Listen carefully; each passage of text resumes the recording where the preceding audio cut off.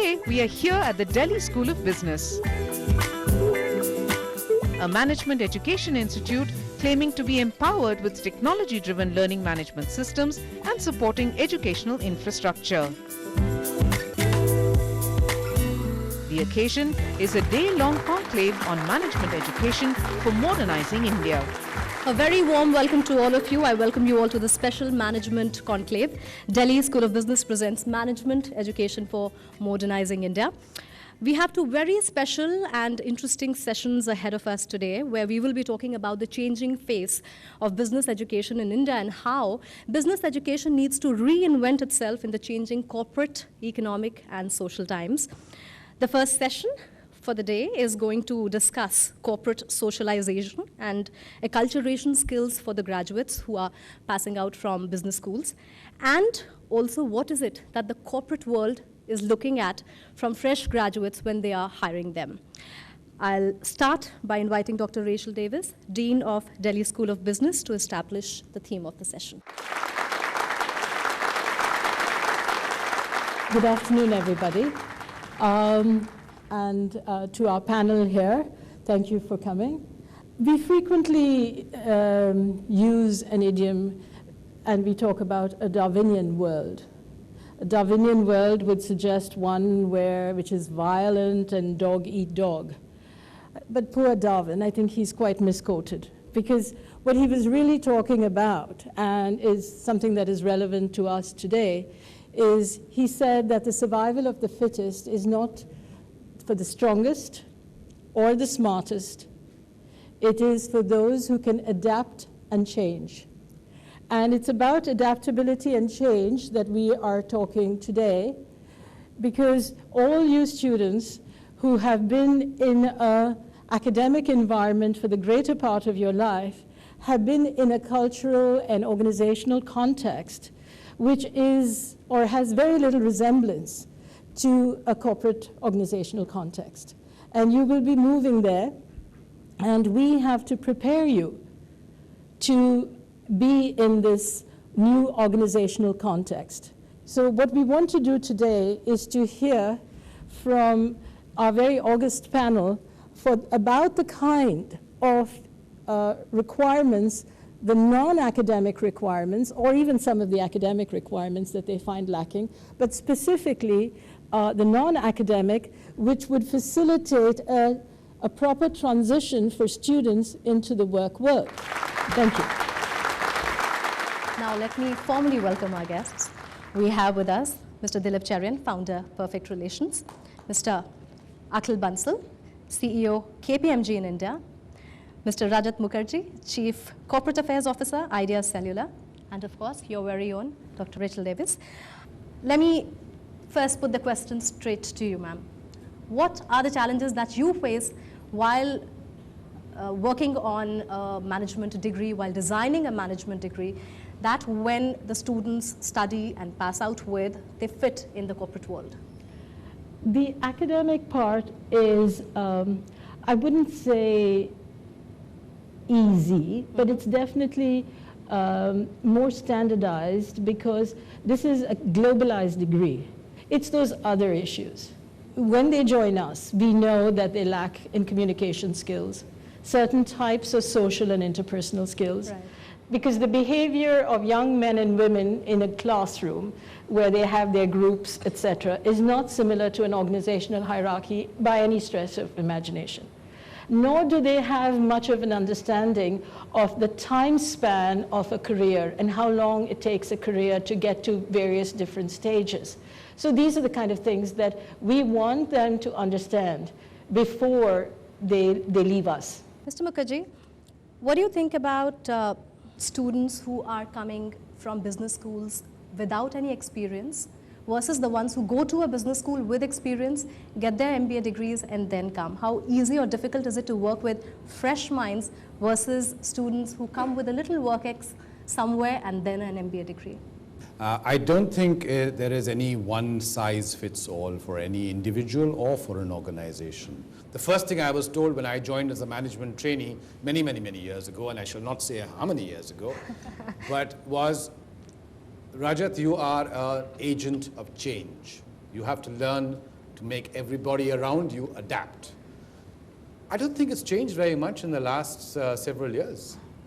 So people who come into a service environment need to understand how to work in multicultural teams, cross-functional teams, to be able to contribute, to be able to take a leadership role at a time, and to be able to devolve and be led at different times. It's that ability to understand your own strengths and deal from them. Do you expect that the students come with a know-how that they blend in well, or is it that you mentor them also? I think I'll put it to Mr. Akhil Bansal. So yes and no. Every organization, every group has its own induction program, has own training program, and we don't expect the freshers to come with all the possible knowledge and just start working on day one.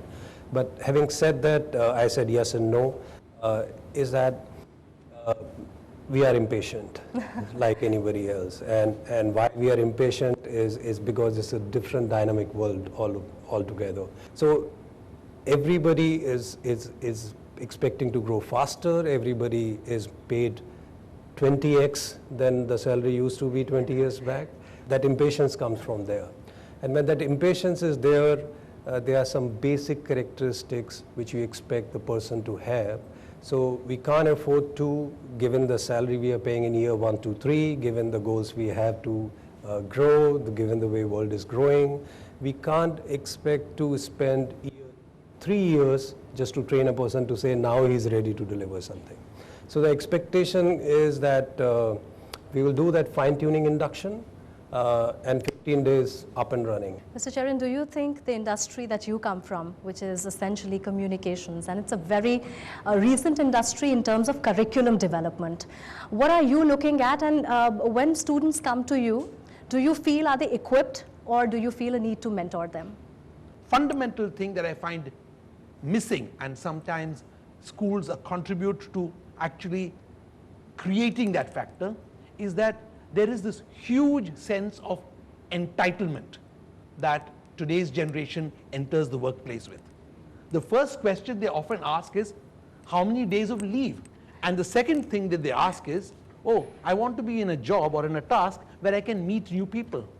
So I keep telling them that you should immediately get rid of that person by afternoon and send them to a coffee shop, because then you can check out when you can leave on your own, and you're entitled to meet people.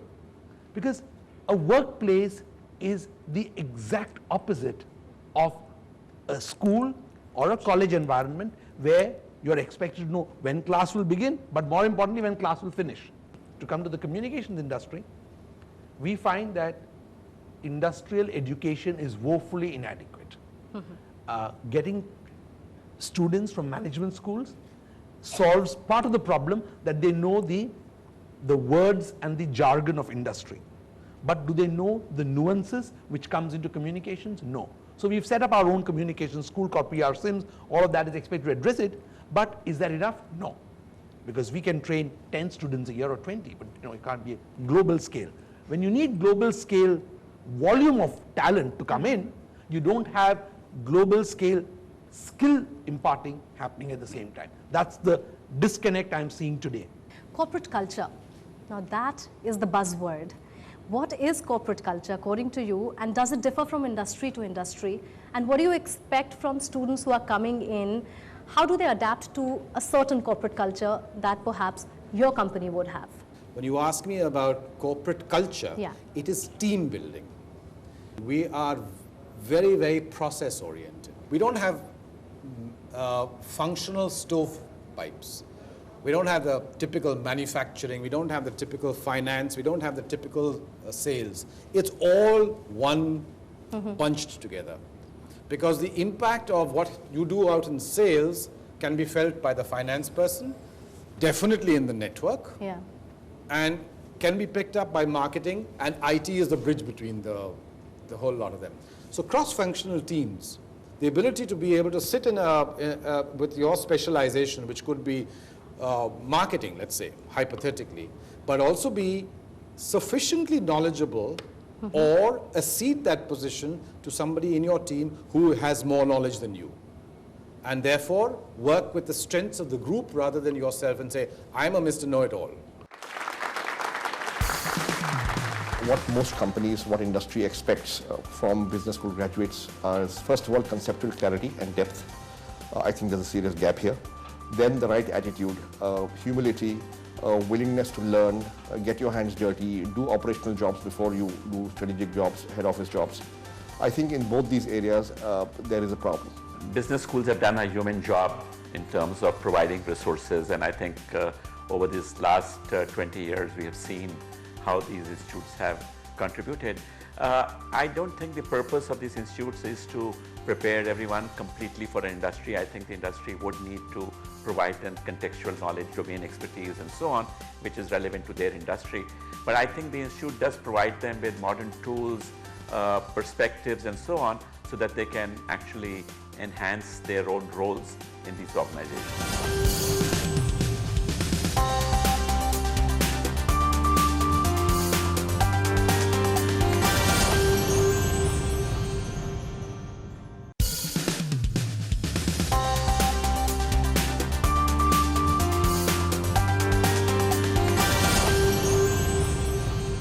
Mr. Bansal, let me put the question to you. When freshers come after their MBA degree to your organization, you think that from business school when they come, there has to be some module which tells them or gives them tips in acclimatizing with the new environment? We have a process to tackle all kind of people joining in. So from the firm perspective, it is not an issue. Frankly, if you ask me, this is an issue, and it's a big issue, and it's a big issue from the student perspective. Right. When a student is coming from having done the graduation, getting into the B school, and if the culture is still that school and a college culture, and suddenly you are an MBA or as a postgraduate, and then you go through the interviews and looking at various things, you have maybe good communication skill, and you get into a good organization. It's they who go through the painful process of adopting the corporate culture. Dr. Davis, I think then I can put this question to you. How do you propose to bridge that gap? One of the critical issues in any learning is to explain the objectives. So having defined, so I could say, the learning objectives of the kind of workshops that we are going to have to address these particular issues.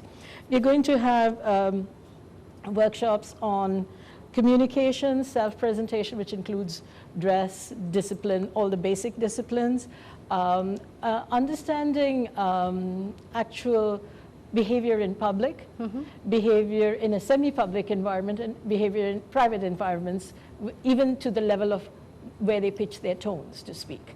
We may be going down to levels which people may say, oh, why do you need to talk about that? But we are going to be talking about everything from personal hygiene onwards. That is fantastic. But that also brings me to the other aspect, which is working cross boundaries. Corporate culture also changes when you're working with clients that are living abroad. What do you expect when they come to you? What is the know-how that they should come with? I think the real life problem that business schools need to face today is that India is a whole bunch of countries. It's not the same rule of what you do in Delhi, what will play in Guwahati. True. And definitely it won't play in Cochin. So unless you understand that this is itself an agglomeration of cultures, right, they're not even able to cope with this animal called India. So forget foreign, but this itself is bewildering enough to a lot of people. And one of the reasons is because at all schools you are creating a sense of homogeneity, which is actually not the real world.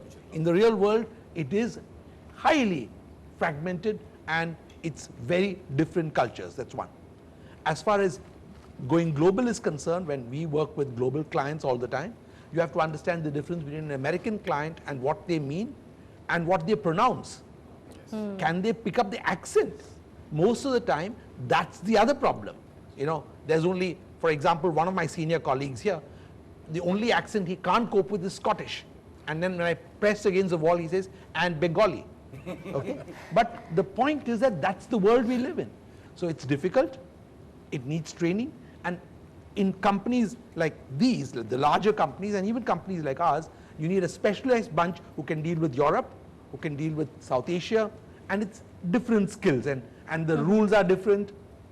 We may think the world is becoming one, but simultaneously the world is also separating out into its own dominant themes, sub-themes. I think we can take a few questions at this stage. So keeping in mind the current recession scenario, what do you think we as students should do? Should we quickly, immediately switch over to the jobs available, or should we continue pursuing our higher education? You have sought a career in business. Now, when you're looking at business, business also exists across several different entities. There's business of manufacturing, there's the business of servicing, there's the business of PR, there's the business of hospitality, there's the business of being yourself, in fact, to start up a little business of your own. Creativity and innovation are easily activated utilities, but don't necessarily feel that, okay, if I don't get a job, I'll just carry on studying. You know, I think it is at a certain point of time after which you need to go out and start contributing to society. My question to you, Mr. Dilip sir, is that the companies there is 2% of contribution towards CSR, corporate social responsibility. So how is it benefiting public relations? You know, CSR is not meant to be good public relations. CSR, by its definition and what government hopes to achieve, as is laid out in their guidelines, is that it is a means of allowing every single employee and every single shareholder to contribute to a society in a larger form. Yes, companies want to put a magnifying glass to that 2% of profits that they're going to spend, and they think there's a great story there. We very often tell them, do it for 3 years and sustain that, and then let's tell the story. So from a strategic advisory point of view, we tell companies CSR is a great story, but sustain it for a minimum of 3 years or 1,000 days, as I call it. Keep it up for 1,000 days, and then you have a real story. And then society recognizes that what you're doing is not because you're conforming to a tax requirement, but you're conforming to something that your employees and your shareholders truly believe in giving back. I'm afraid we have time only for these many questions, and I thank you all for being a lovely audience, and we end this session with some really valuable understanding. I thank my esteemed panel for taking out time.